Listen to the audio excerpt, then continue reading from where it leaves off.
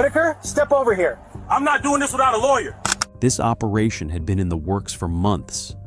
Marcus Anthony Whitaker walked right into it, and the garage behind him is about to tell investigators everything they need to know.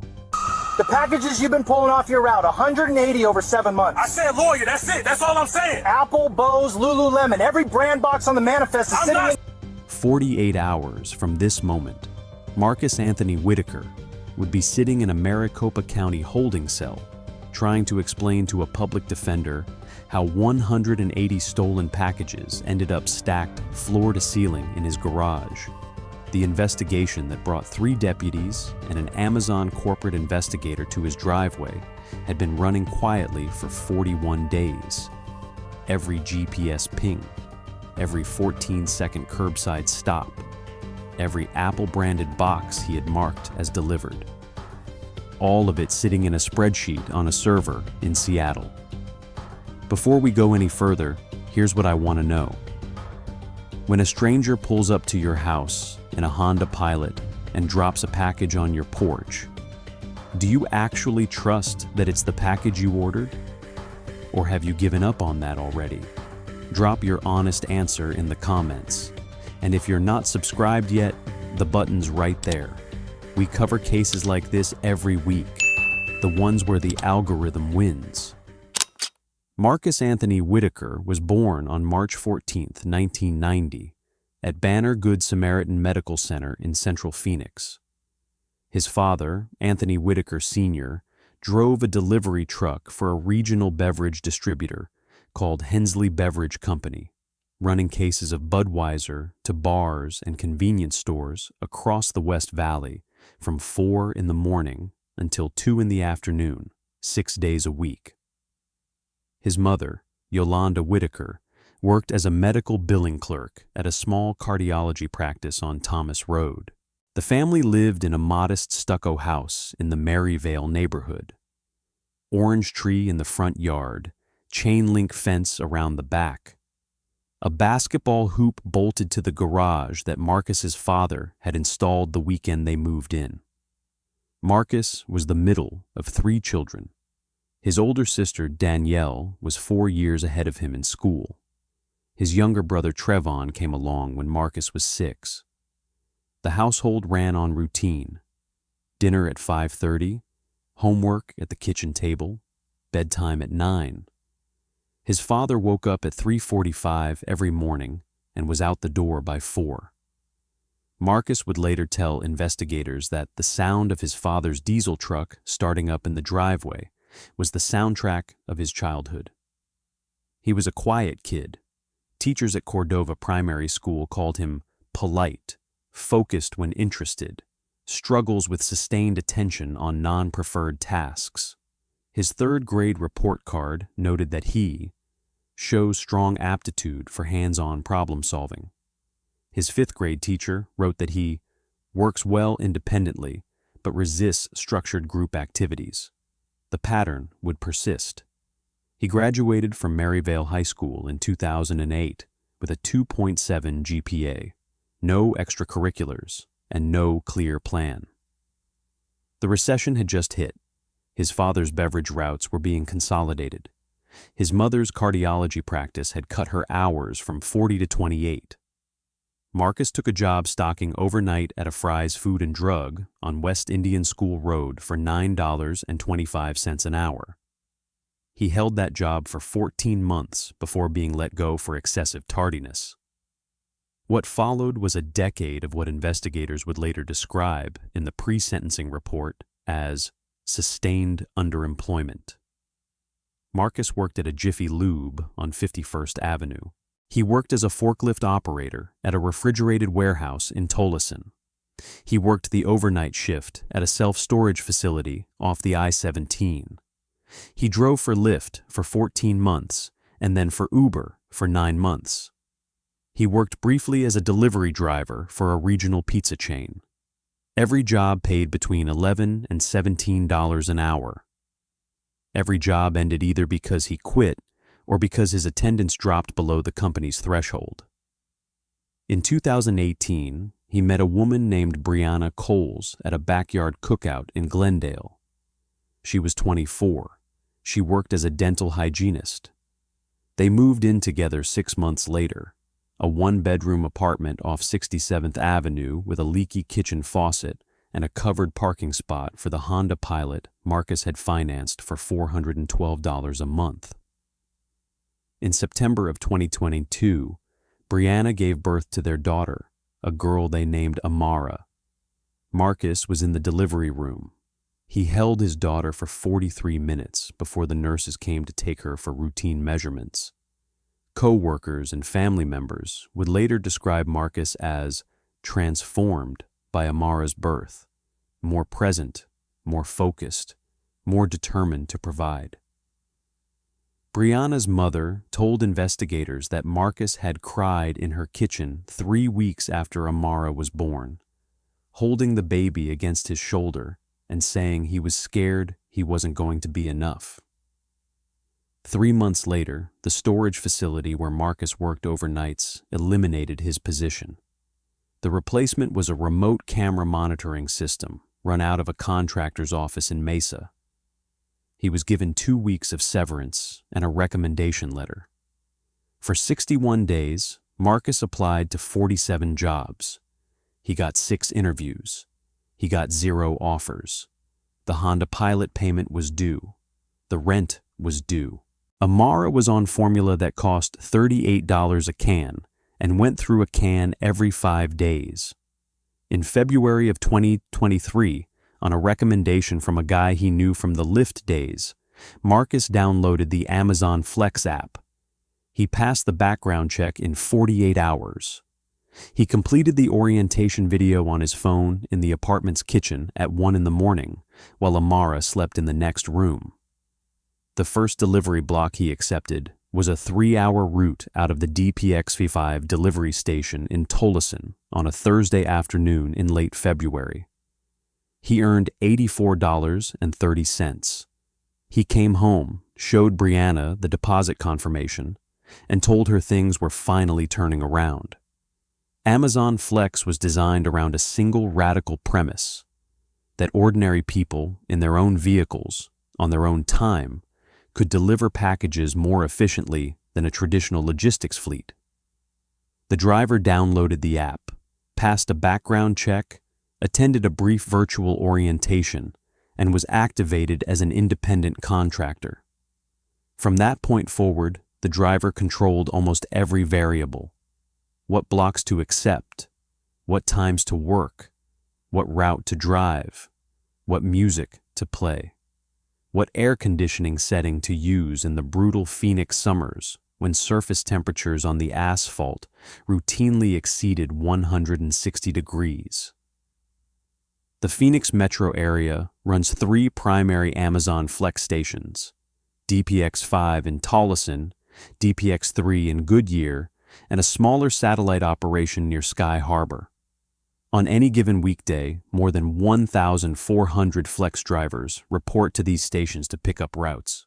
They scan their assigned packages out at the station, load them into their personal vehicles in a sequence the app generates, and then drive the route as the app directs. The standard 3-hour block delivers between 30 and 45 packages. The standard 4-hour block delivers between 40 and 60. Every package has a barcode. Every barcode is tied to a specific GPS delivery point, the customer's address, plotted to within roughly 3 meters of accuracy.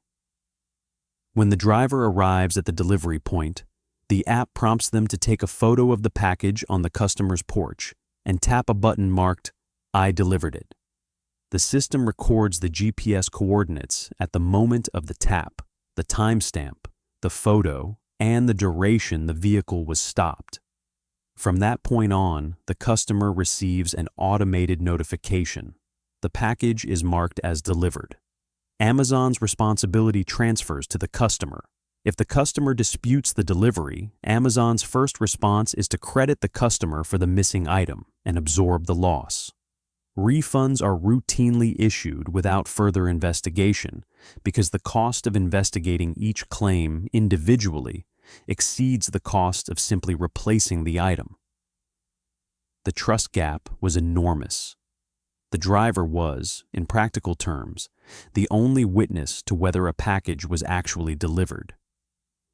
The photo proof system was supposed to close that gap, but it had a fatal weakness. The photo only had to show a package on a porch. It did not have to show the correct package. It did not have to show the correct porch.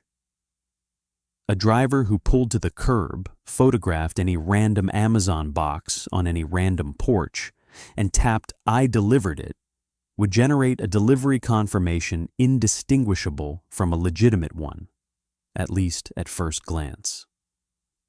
Marcus Whitaker learned the system slowly.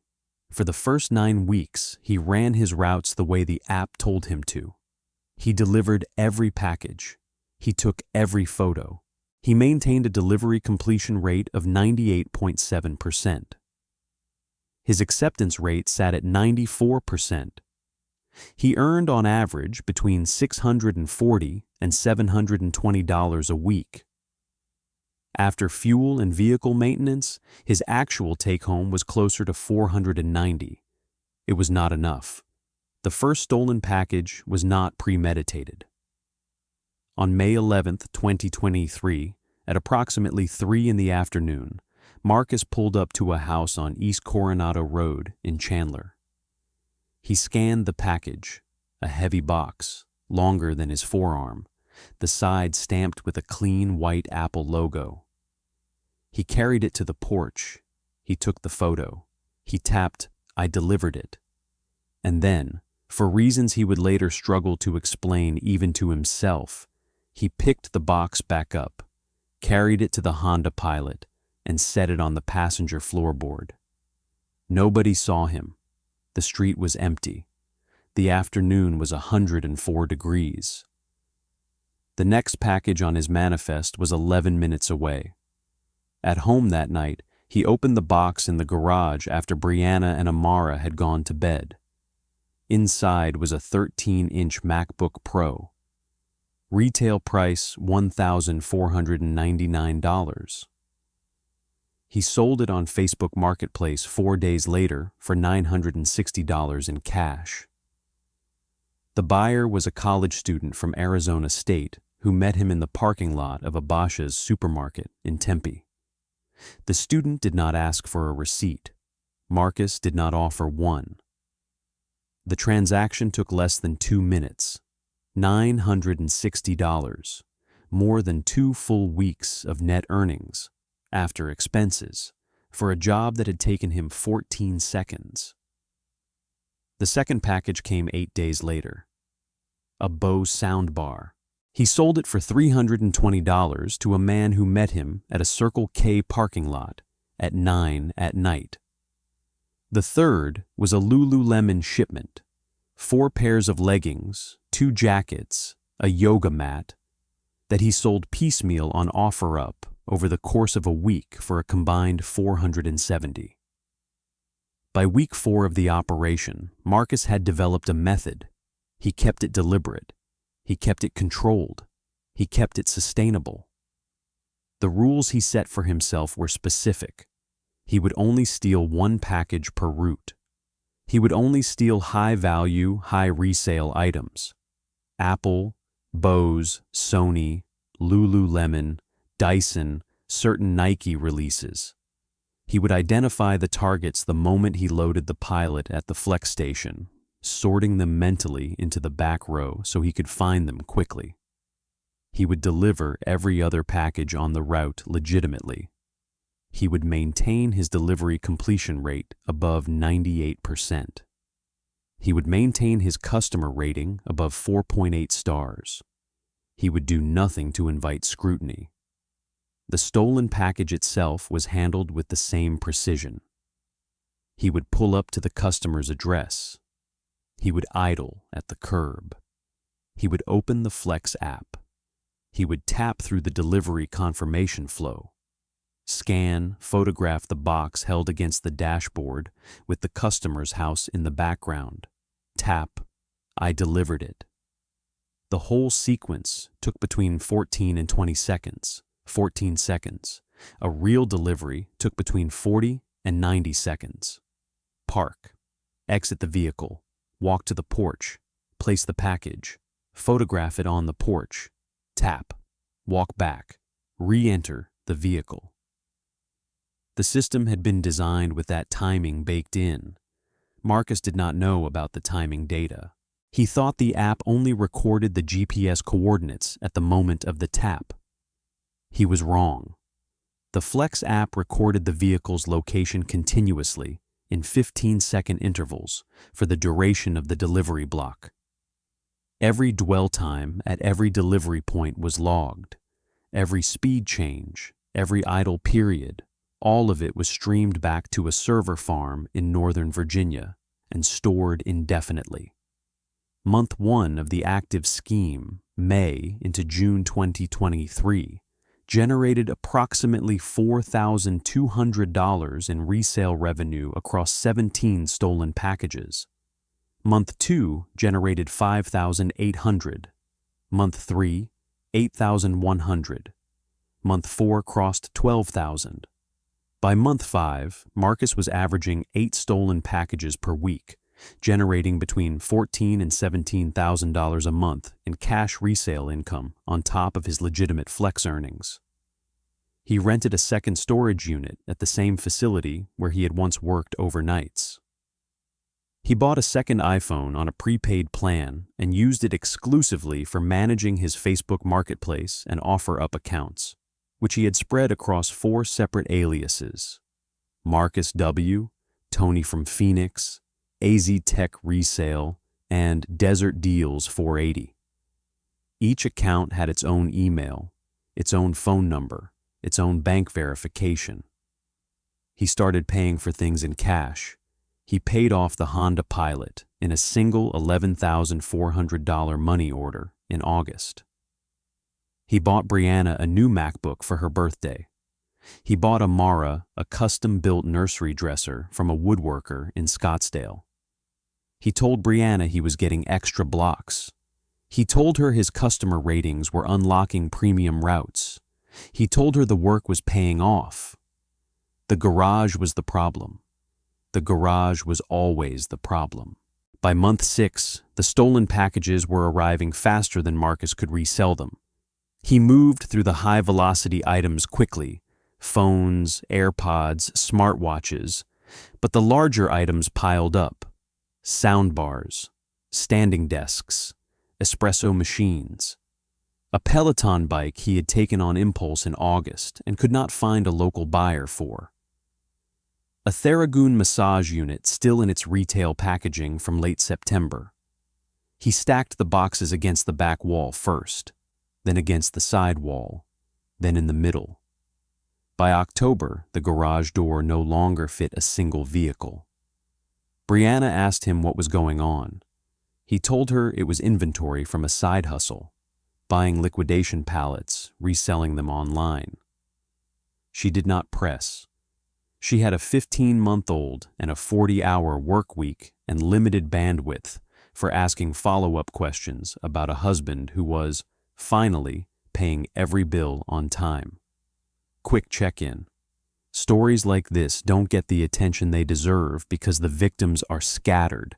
The dollar amounts get diluted across hundreds of customers, and Amazon just absorbs the loss and moves on. If you want to see more accountability coverage on gig economy crime, subscribe and hit the bell. Comment below and tell me, would you have spotted the warning signs at home? Or would you have just been grateful the bills were finally getting paid? The catalyst was a number. Somewhere inside Amazon's global loss prevention infrastructure, a department that operates from a windowless floor of an office building in Seattle and is staffed by a mix of former federal agents, data scientists, and supply chain analysts. There is a system called the Delivery Integrity Engine. The system does one thing. It ingests every delivery confirmation generated by every Flex driver, every DSP driver, and every Amazon logistics route across the United States, and it looks for patterns that do not fit. The engine does not flag individual stolen packages. The cost of investigating individual claims is too high. Instead, the engine looks for clusters, drivers whose delivery confirmations are statistically anomalous, drivers whose dwell times skew low, drivers whose customer did not receive, complaints skew high for specific product categories, drivers whose photo-proof images consistently show packages framed against vehicle interiors rather than porches. Marcus Whitaker entered the engine's clustering threshold in mid-September 2023. By mid-October, the algorithm had assembled a profile. Driver ID was redacted but linked to a Honda Pilot, Arizona plate, operating out of DPX-5 Tolleson. The driver's average dwell time on delivery points had drifted downward over a 6-month period, from a baseline of 58 seconds to a current average of 31 seconds. For specific high-value SKU categories, Apple, Bose, Sony Electronics, Lululemon, the average dwell time was 16 seconds. The driver's customer complaint rate for those categories was 4.7 times the platform median. A flag was opened. A senior investigator named Ronald Hutchins, a former United States Postal Inspection Service agent, now working as a corporate security manager for Amazon, was assigned to the case. Hutchins ran his own review. He pulled 45 days of route data. He overlaid the GPS pings against the customer complaints. He identified 112 specific deliveries in which the driver had stopped at the customer's address for less than 20 seconds and the customer had subsequently reported a missing package. He cross-referenced the SKUs: Apple, Bose, Lululemon, Dyson, Sony, Nike releases. On October 31, 2023, Hutchins drove to the Maricopa County Sheriff's Office substation in central Phoenix and met with a detective from the property crimes unit named Evelyn Marsh. He handed her a folder. The folder contained 112 flagged deliveries, the driver's full flex employment record, the registered address of the Honda Pilot, and a summary spreadsheet that showed 7 months of suspected theft totaling, by Amazon's internal estimate, somewhere between $95,000 and $120,000 in stolen retail value. Detective Marsh opened a file. She assigned a case number. She pulled the registration on the Honda Pilot and matched it to a residence in West Phoenix occupied by one Marcus Anthony Whitaker, age 33, no prior criminal record, no outstanding warrants. She began surveillance on November 6th. The surveillance ran for 19 days. Detective Marsh, working in cooperation with 2 other property crimes detectives and a sergeant from the Maricopa County Sheriff's Office, established a rotating watch on the Whitaker residence. They documented Marcus leaving for his flex blocks. They documented him returning. They documented the unmistakable pattern of a man making routine, brief stops at his garage between deliveries, never offloading legitimate Amazon boxes back into the residence, only the suspicious ones he had clearly marked as targets. On November 9th, an undercover deputy posing as a buyer responded to a Facebook marketplace listing for a sealed Apple AirPods Pro 2nd generation, listed at $140 cash, posted by an account named Tony from Phoenix. The deputy arranged a meet in the parking lot of a Fry's on West Camelback Road. Marcus arrived in the Honda Pilot at the agreed time. He handed the deputy a sealed AirPods Pro box. The deputy handed him $140 in pre-recorded bills. The serial number on the AirPods box matched a package that had been logged as delivered by Marcus at an address in Chandler 11 days earlier. A second undercover transaction took place on November 14th. This one for a Bose Quiet Comfort headset, $310 cash, meeting at a 7-Eleven parking lot in Glendale. A third transaction was set for November 21st. It never happened. By then, the sheriff's office had what it needed. A search warrant was signed by a Maricopa County Superior Court judge on the afternoon of November 24th, 2023, the day before Thanksgiving. The warrant authorized the search of the Whitaker residence, the garage, the Honda Pilot, the second storage unit at the self-storage facility off the I-17, and any electronic devices found on the premises. The contents of Marcus Whitaker's phone, recovered the morning of the search, would form the most damning portion of the evidence package. Facebook Messenger exchanges with buyers, organized across 4 separate aliases, going back 6 months. The volume was enormous, more than 1,400 individual conversations. Buyer, August 18, 2023. Still got the MacBook? Tony from Phoenix. Yes, brand new sealed retail box. $950 cash today only. Buyer, where you get these so cheap? Tony from Phoenix. Estate sales mostly. Don't ask questions and we both win. Buyer, September 3rd, 2023. This legit? AZ Tech. Resale, sealed retail, serial verifies on Apple's site. I move volume. Buyer, you a flipper? AZ Tech. Resale, something like that. Buyer, October 6th, 2023. You got any more Lulu? My wife loves the leggings you sold last time. Desert Deals, 580. Bunch came in this week. Black size 6 and 8, pink size 4. 35 each cash. Buyer, how you keep getting this stuff? Desert Deals, 400 Aritz's 80. My business. A financial review by a forensic accountant attached to the case found that across the 7 months of active operation, Marcus had deposited $14,400 into his personal checking account in cash deposits ranging from $200 to $950. Another $19,000 had been used to pay down the Honda Pilot, a credit card balance, and back rent. The remaining proceeds, investigators estimated between $45,000 and $60,000 in net cash earnings, were not accounted for. Marcus had spent it as he made it: new tires, a washer-dryer unit, groceries from Whole Foods instead of Walmart, doctor's copays, the dresser, the MacBook, formula. The smoking gun was the GPS data. Detective Marsh, working with an analyst loaned from the Arizona Attorney General's office, produced a single spreadsheet that became the centerpiece of the case. The spreadsheet listed every delivery Marcus had logged during the 7-month window, more than 4,200 entries. For each delivery, 3 columns mattered: the vehicle's dwell time at the delivery point, the dollar value of the package, and the customer's subsequent complaint status.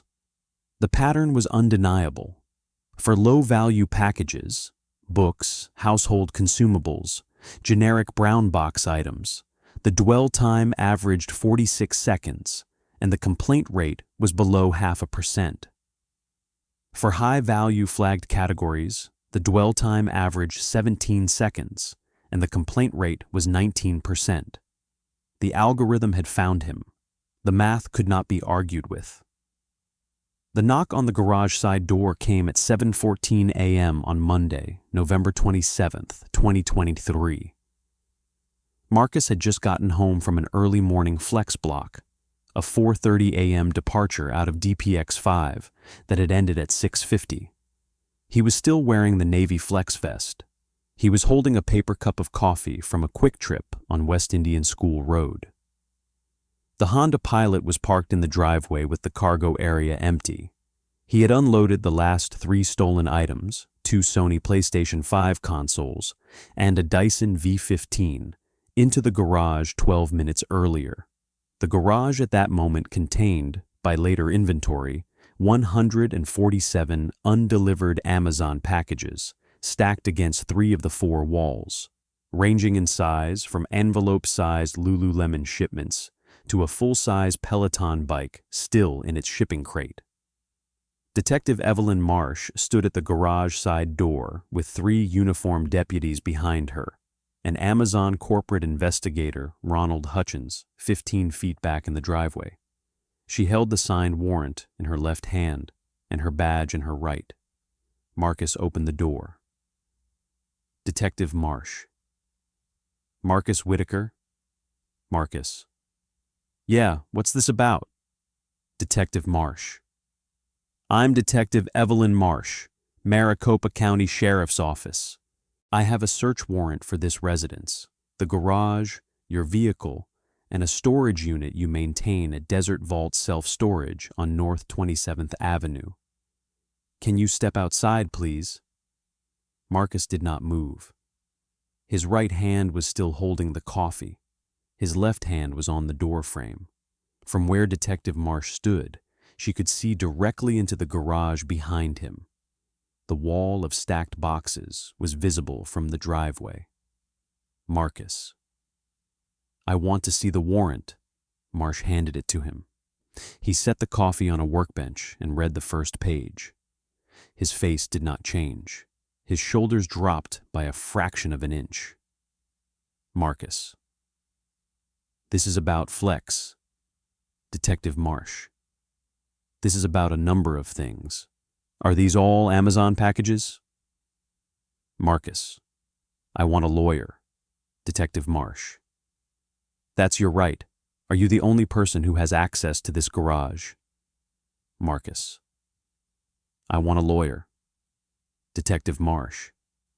Mr. Whitaker, I'm going to ask you to step out into the driveway and have a seat on the curb while we conduct the search. You're not under arrest at this moment, but you are being detained. Do you understand? Marcus nodded. He walked past her without looking at the deputies. He sat down on the curb in front of the Honda Pilot. He put his face in his hands. From the open garage, Detective Marsh could see the Peloton crate, the stacks of Apple boxes, the tower of unopened Bose soundbars, the plastic bin of Lululemon shipments, the corner where 2 PlayStation 5 boxes had been set down 12 minutes earlier, still cold to the touch from the air-conditioned cargo bay. Brianna Coles appeared at the front door of the residence at 7:21 a.m., holding their daughter on her hip. She saw the deputies. She saw the warrant in Marcus's hand on the curb. She saw the open garage. She did not speak. She turned around and went back inside. Those were the last words Marcus Whitaker spoke before formally invoking his right to counsel. The search of the residence, the garage, the Honda Pilot, and the storage unit lasted 6 hours and 40 minutes. Investigators recovered 180 separate Amazon packages, 147 in the garage, 29 in the storage unit, 4 still in the cargo area of the Honda Pilot that had not yet been unloaded. The aggregated retail value was calculated at $112,400. Marcus Anthony Whitaker was arrested on the afternoon of November 27, 2023, and booked into the Maricopa County 4th Avenue Jail at 4:48 p.m. He was charged with 1 count of theft under Arizona Revised Statute, paragraph 13-1802, classified as a Class II felony due to the aggregate stolen value exceeding $100,000. He was charged with 1 count of trafficking in stolen property under paragraph 13-2307. He was charged with 1 count of money laundering in the 2nd degree under paragraph 13-217. He posted a bond of $75,000 on December 4th and was released to await trial. His defense attorney, a private criminal defense lawyer from a small Phoenix firm named Cecilia Hammond, filed 3 pretrial motions. A motion to suppress the GPS data on Fourth Amendment grounds, arguing that the continuous tracking of the Honda Pilot through the Flex app constituted a warrantless search. A motion to sever the trafficking and money laundering counts from the underlying theft count. A motion to exclude the undercover transactions as outside the scope of the original investigation. All three motions were denied. The court found that Marcus had voluntarily consented to continuous GPS tracking when he accepted the Amazon Flex terms of service, which were quoted at length in the court's order. The court found that the trafficking and money laundering counts were properly joined as part of a continuing course of conduct. The court found that the undercover transactions were appropriate investigative techniques. Faced with the GPS data, the seized packages, the Facebook Marketplace records, the undercover transactions, and a complete custody chain on every piece of evidence, Cecilia Hammond advised her client to negotiate. On April 11, 2024, Marcus Whitaker pleaded guilty to 1 count of theft as a Class 2 felony, 1 count of trafficking in stolen property as a Class 3 felony, and 1 count of money laundering as a Class 3 felony. As part of the plea agreement, the prosecution recommended a stipulated sentence of 48 months in the Arizona Department of Corrections, 3 years of supervised probation upon release, and full restitution to Amazon in the amount of $112,400.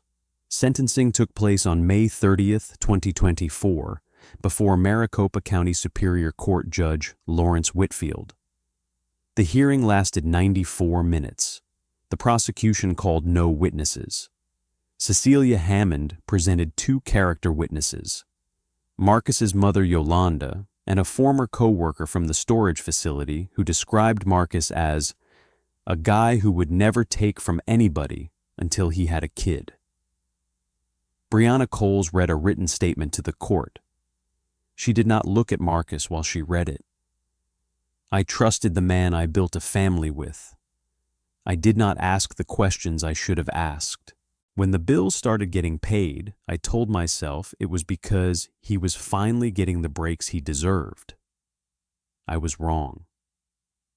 My daughter is going to grow up with a father who is in prison for the first 4 years of her conscious memory.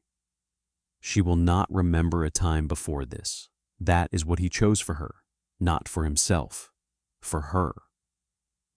Marcus addressed the court for 2 minutes. He apologized to Amazon. He apologized to the customers who had not received their packages. He apologized to Brianna and to his daughter. He said he had told himself he was providing. He said he understood now that he had been stealing. Judge Whitfield delivered his sentencing statement. Mr. Whitaker, what you did was not a crime of desperation. A crime of desperation is one package, one impulse, one moment. What you did was a sustained, methodical, deliberate operation that ran for 7 months and involved 180 separate criminal acts. You set rules. You set quotas. You set thresholds. You built a system inside another system, designed to exploit the trust that made the other system function. Every customer who tracked a package to their door and found nothing there was a victim of yours. Every Amazon employee who absorbed those refund tickets without a name to attach to the loss was a victim of yours. The platform that gave you the work, that gave you the income to feed your daughter, was a victim of yours. The court is sentencing you to 48 months in the custody of the Arizona Department of Corrections. The court is ordering restitution in the full amount of $112,400. The court hopes that when you complete this sentence, you will be the father your daughter needs. That is the only thing left that matters here. Marcus was remanded into custody at the conclusion of the hearing. He was transferred 2 weeks later to the Arizona State Prison Complex in Florence, a medium-security facility approximately 60 miles southeast of Phoenix. His projected release date is May of 2028. His daughter Amara will be 5 years old. Amazon, in a brief statement issued the week after the sentencing, said the company would continue to invest in delivery integrity systems, and that the Whitaker case demonstrated the effectiveness of the platform's automated monitoring infrastructure. The statement did not mention the customers. The statement did not mention the daughter. The statement did not mention the algorithm that had needed 7 months to do what it had been designed to do in real time. Marcus Whitaker had needed 13 seconds per package.